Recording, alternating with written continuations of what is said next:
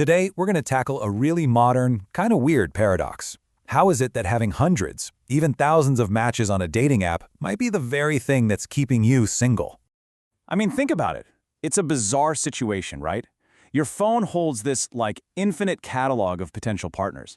That's more people than our great-grandparents would meet in 100 lifetimes. And yet, for so many of us, that real, genuine connection feels harder to find than ever. What is going on? Well, it turns out the answer lies in this fascinating psychological idea called the paradox of choice. Picture this. You're at an endless buffet of potential partners. Now, you'd think more options means a better chance of finding the one, right? But that's just not how our brains work. When we're faced with way too many choices, we often end up choosing nothing at all. So let's dive in and really break this down. Why does having a sea of possibilities so often lead to what feels like a desert of dissatisfaction?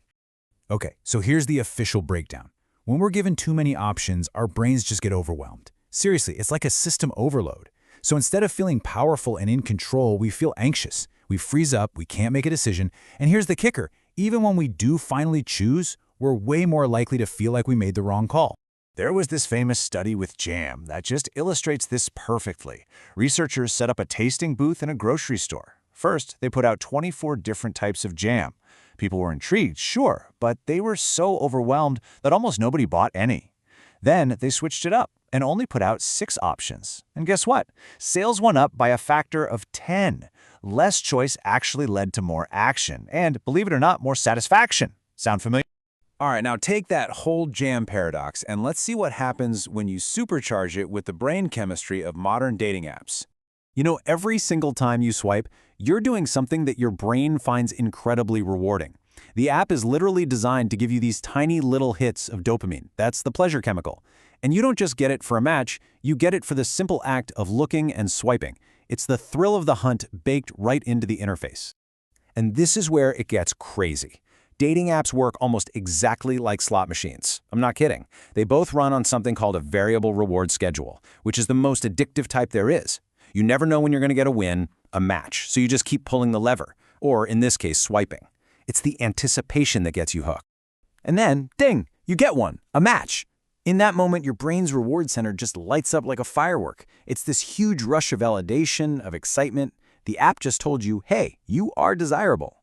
But here's the problem. That feeling is super fleeting, and what it really does is reinforce the swiping, not the actual connecting. But all this endless swiping comes at a cost. It's a real thing called decision fatigue. Every single swipe is a tiny decision. Yes, no, maybe. After hundreds of those, your brain's resources are just drained. You get exhausted, your judgment gets worse, and you're way more likely to just throw your hands up and give up entirely. So this whole environment of infinite choice and constant decision-making, well, it creates a very specific and, honestly, a very destructive mindset. Let's call it the perfection trap. You know, in the world of decision science, there are basically 2 types of people. You have satisficers who look for something that's good enough, it meets their main criteria, and they're happy. Then you have maximizers.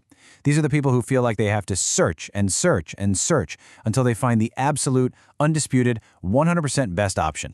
Well, dating apps turn all of us into maximizers, constantly wondering, is someone even better just one more swipe away?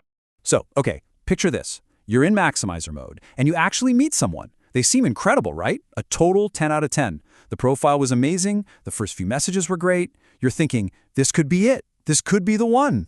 And then you notice some tiny, completely insignificant flaw. Maybe they wear mismatched socks, or they laugh just a little too loud at your joke. And suddenly, this totally irrational wave of repulsion washes over you. The ick.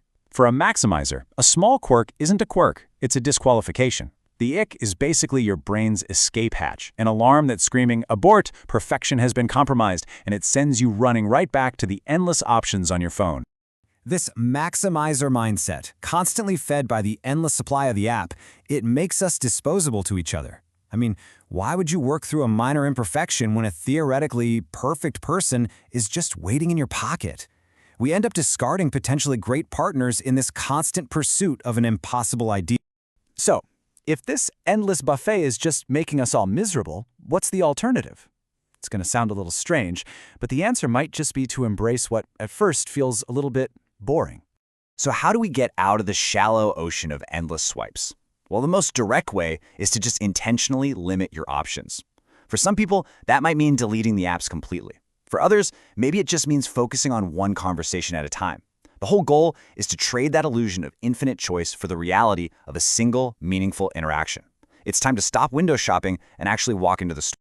Now, this new approach, it requires a skill that our brains are kind of losing. Let's call it boredom tolerance.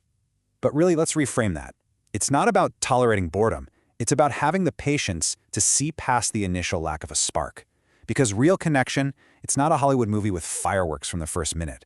It's usually a slow burn, something built in the quiet moments, the slightly awkward silences, and the second conversations that go way deeper than the first.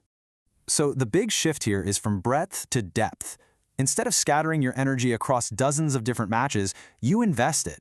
Think of your attention as a limited resource. When you focus it on just one person, you give a potential connection the oxygen it actually needs to grow. You start to see the little things beyond the profile, their weird sense of humor, their quirks, all the stuff that makes them a real, actual person. You're no longer evaluating a product. You're getting to know a human being. And this is what that path to real connection so often looks like. You have a first date, it's fine. It's not amazing, but it's fine. You hit what we're calling the boredom threshold.